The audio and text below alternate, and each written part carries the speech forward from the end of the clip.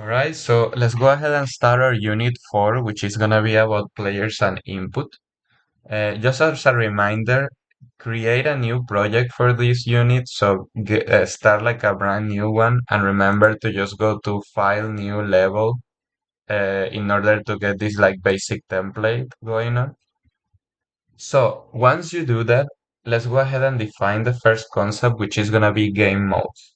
Okay, so game modes, it's an actor. A game mode is an actor, but it's not an actor like the ones that we put here on the map itself as an object. It's more of an asset that we're going to be using to set the rules of the game. Okay, that's basically what game modes do. They set the game rules. So where do you exactly see the game mode then? Oh, well, just to clarify, like what could be like an example of a game mode? It could be like how many lives we have, if the level can be paused or not, how do you win the game, like what are the conditions to win the game. Those are examples of what game modes can do. Okay, so we every time we create a new game, we do have to define and have a game mode created. So how do we are we gonna set it up? You're gonna go to content folder, and then here on content, you can just click on add blueprint class. And now here, as you can see, you can actually create different types of blueprint class if you didn't know. So we're gonna go to game mode base. Okay. So let's go ahead and create that. And I guess we can just call it my game mode. Okay. So here we can double click when that's created. This is where we're gonna define all our rules. So do we really need to pay attention to? Let's go to the event graph.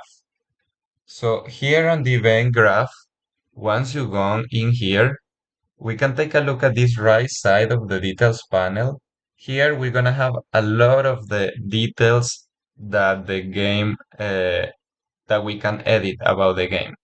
Okay, so for now, there's like a lot of advanced stuff here, so I don't want to like overwhelm you. But for now, one that we really want to make sure it's checked is this possible. Basically, this one is the one that determines if the game can be paused or not. So let's make sure that we have it checked, okay?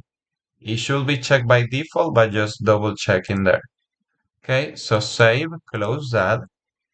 So now we have our game mode created, where our rules are, but how do we actually put it into practice?